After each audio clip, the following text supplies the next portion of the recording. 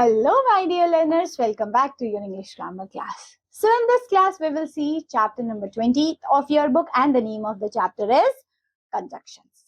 So, अब देखेंगे बेटा ये क्या है टॉपिक. हमने इससे पहले prepositions देखा, अब conjunctions के बारे में पढ़ेंगे. ओके, चलिए सबसे पहले हम इस चैप्टर को पढ़ने से पहले चैप्टर को पढ़ेंगे, बट उससे पहले एक छोटी सी स्टोरी है आपके लिए. आइए देखते हैं क्या बोला है स्टोरी में. Read an interesting story. इस स्टोरी को पढ़ेंगे. क्या लिखा है? One day an ant was wandering in search of food.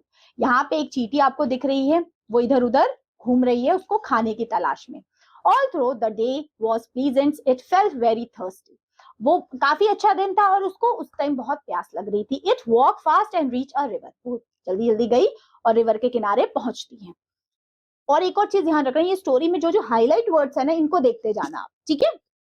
So it went near the bank to drink water, but in haste it fell into the river. वो river के किनारे गई पानी पीने के लिए, बट वो क्या हो गया उसका, वो जल्दी जल्दी के चक्कर में फिसल के गिर जाती है रिवर में. When it cried for help, जब वो आवाज लगाती है हेल्प के लिए, a doe saw it and threw a leaf into the water. वहां पे एक पक्षी था, ये देखो यहाँ दिख रहा है आपको, this is doe. इसने क्या किया, वहां ऊपर से ट्री से एक लीफ तोड़ी और नीचे फेंक दी. देख रहे हो यहाँ फेंक दी, ठीक है. The ant climbed on it and said thank you. अब उस लीफ पे ant क्लाइम करके वो पहुंच जाती है किनारे पे रिवर के, ठीक है. If you need my help ever, I will be happy to help you. और ant उस बर्ड को कहती है कि आप आज आपने मेरी हेल्प की, नेक्स्ट टाइम आपको जब मेरी हेल्प की जरूरत होगी तो मैं आपकी हेल्प करूंगी.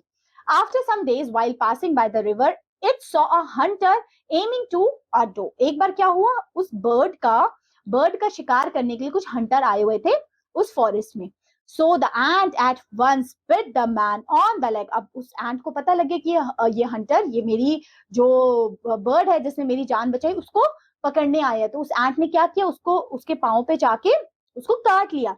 Then the man screamed and missed the aim. Of course man, फिर उसको चींटी काट जाती है तो वो रोने लग गया, है ना. The noise warned the doe and it flew away. Of course उसकी नॉइज की वजह से जितने भी पक्षी थे जिनको भी वो हंट करने आए थे वो सब छुप जाते हैं जाके. Since then the two become the great friends. उसके बाद से ये दोनों अच्छे दोस्त बन गए, ठीक है. So यहाँ पे हमने so वर्ड यूज किया है, if वर्ड यूज किया है, देख रहे हो, but when, ये सारे वर्ड्स यूज किए है ना, यही सारे होते हैं कंजक्शंस. अब कैसे यूज करते हैं हमको, आइए देखते हैं. सबसे पहले एक और चीज आपके लिए क्या लिखी है, देखिए. Throw the disc by turn. ये डिस्क है, इसको टर्न बाय टर्न आप थ्रो करिए. Read the conjunctions written in the part of the wheel and the disc land upon. So यहाँ पे ये जितने भी लिखे गए ये सारे के सारे, अब इनके मीन्स क्या क्या होते हैं, ठीक है. कब कब कहाँ यूज किए जाते हैं इसको, इफ को, अनलेस को, सिंस को, आफ्टर को, बिफोर को, अंटिल को, बट को, ये यहाँ लिखा है देखिए एक्सप्लेनेशन पार्ट में. तो एक एक को हम अच्छे से देखेंगे क्योंकि सेंटेंसेस में हमें इन्हीं को यूज करना पड़ेगा, ठीक है. सबसे पहले ये कौन से वर्ड्स होते हैं, all the words in the story are engaged in, जो अभी ऊपर स्टोरी में पढ़े थे हाईलाइटेड वर्ड्स वो सारे थे.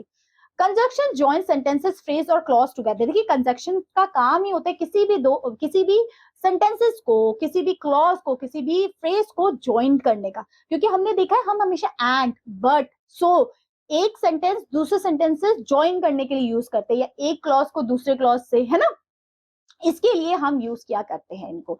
सम common conjunctions can be understood by the word fan boy. देखिए फैन बॉय से आप क्यों बोला है याद करने के लिए, क्योंकि यहाँ पे कुछ कंजक्शंस लिखे गए हैं. जैसे देखिए एफ फॉर, ठीक है, A for ant, N for neither, B for but, O for, O से हम क्या ज्वाइन कर सकते हैं, और, ठीक है, Y for yet, and last में एस फॉर सो. तो इससे फैन बॉय से हम याद कर सकते हैं ये सारे कंजक्शन जो नॉर्मली हम यूज किया करते हैं. अब एक एक का कहाँ यूज होता है. सबसे पहले फॉर का कहाँ यूज करेंगे. For is use to explain the reason. किसी चीज का रीजन देने के लिए हम यूज करेंगे फॉर का. क्या चीज का, जब हमें रीजन देना हो किसी का. जैसे कि एग्जाम्पल दिखा है, we miss the train for we were late. हम मिस कर देंगे ट्रेन जिसकी वजह से हम लेट हो जाएंगे, ठीक है. अब एंड का हम कहाँ यूज करते हैं, एंड हमने बहुत जगह यूज किया. एंड कभी भी दो सिमिलर आइडियाज को, सिमिलर स्टेटमेंट को ज्वाइन करने के लिए काम आता है. जैसे कि लिखे Veena and Mala are cousins, दोनों सेम स्टेटमेंट है। जैसे मैंने कहा she is beautiful and pretty, so beautiful और प्रिटी सेम चीज है, सेम चीज को ज्वाइन मैंने किससे किया, एंड से ज्वाइन किया। ठीक है, जब सेम चीज होगी तो हम एंड से ज्वाइन करेंगे। नॉर कब यूज होता है, नॉर मीन्स और नॉट, नॉर और नॉट का कहाँ यूज करते हैं, it's use to connect two or more negative options. ये नॉट मतलब ही, नॉर मतलब ही होता है नेगेटिव चीजों को कनेक्ट करने के काम आता है।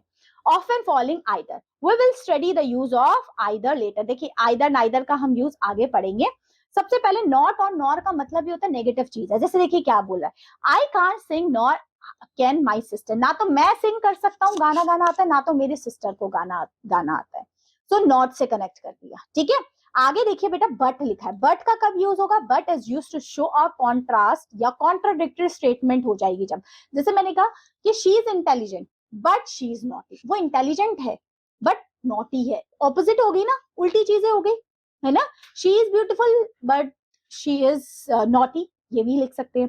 सो कॉन्ट्राडिक्टरी जब भी आपके स्टेटमेंट्स आएंगे वहां बट का यूज होगा। जैसे कि she can read German but she can't speak well, उसको जर्मन पढ़ लेती है बट वो बोल नहीं पाती, उल्टी चीज होगी, उसको आती है, पढ़ना आता है बट वो बोल नहीं पाती। ठीक है, अब और का कहाँ यूज होगा, और शो एंड अल्टरनेटिव, और आपको ऑप्शन बताता है। जैसे बोलते हैं ना कि आप या तो मैथ्स ले लो और साइंस ले लो, मतलब ट्यूशन ले लो, जैसे बोलते हैं मैथ्स की ट्यूशन ले लो या तो आप साइंस की ले लो, इस तरीके से और बताने का काम करता है अल्टरनेटिव ऑप्शन। जैसे so complete your homework or you can't go out to play, complete कर लो होमवर्क, नहीं तो आपको जाने नहीं दिया जाएगा। ठीक है, yet means but and it is use to, yet और बट का दोनों ही कॉन्ट्राडिक्टरी स्टेटमेंट के लिए यूज करते हैं। जैसे लिखा है mister Pathak is rich yet he complains a lot, वो रिच तो है बट वो कंप्लेनिंग बहुत करता है, उल्टी चीजें हो गई, so we will use yet. Okay, अब so का कब यूज होगा, so is used to show a result of something, so बताते हैं रिजल्ट किसी चीज का। जैसे देखिए we had to catch a morning train so we went to bed early, हमें मॉर्निंग ट्रेन लेनी है इसकी वजह से हम जल्दी उठ गए, रिजल्ट बता रहे क्यों उठे हम जल्दी, so we will do this। ठीक है, we have to perform good in our exam so we have to do lots of hard work, हमें अच्छा करना है सो हमें हार्ड वर्क करना पड़ेगा। ठीक है, सो और भी कुछ कंजक्शंस होते हैं, अनलेस, सिंस, आफ्टर, ये सब भी होते हैं। आफ्टर बिफोर तो हमें पता है, आफ्टर मतलब कोई चीज बाद में होना, बिफोर मतलब कोई चीज पहले होना, व्हेन मतलब कब हो रही है, इफ मतलब बताता है क्या क्यों हुआ। Okay, if I do this, अगर मैं ये करता हूं तो व्हाट विल आई गेट, इस तरीके का। ठीक है, अभी एक एक और भी है, डोंट वरी। ठीक है, अब देखिए यहाँ पे क्या लिखा है, read the instructions and answer using appropriate conjunctions, see the examples. यहाँ पे देखिए कुछ एग्जांपल दिए, से sentences about to things you like and to things you don't like, दो ऐसी चीजें जो आपको पसंद है और दो ऐसी चीजें जो आपको पसंद नहीं है। So I like reading books and going for school, देखिए अब यहाँ सिमिलर स्टेटमेंट था, मुझे बुक्स एंड वॉक करना दोनों अच्छा लगता है।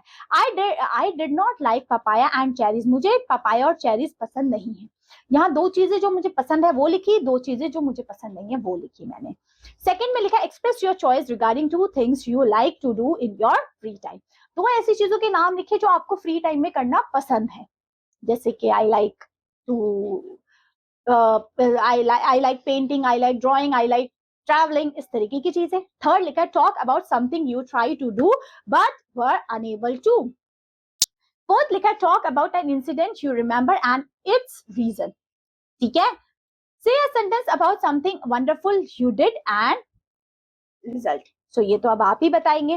देखिए ये पार्ट 1 में हमने कुछ थोड़ी थोड़ी चीजें कंजक्शंस की क्लियर की कि क्या होते हैं, कैसे हम यूज करते हैं, कौन से कंजक्शंस का कहाँ यूज होता है। सो ये पार्ट 1 था बेटा। अब पार्ट 2 में करेंगे कुछ क्वेश्चन आंसर्स और ये कॉन्सेप्ट्स को और अच्छे से क्लियर करने की कोशिश करेंगे। ठीक है, तो मिलते हैं आपसे पार्ट 2 में, तब तक के लिए पार्ट 1 अच्छे से देख लीजिएगा and wait for part 2 of it. Okay, चलिए फिर मिलते हैं, take care, have a good day, bye bye.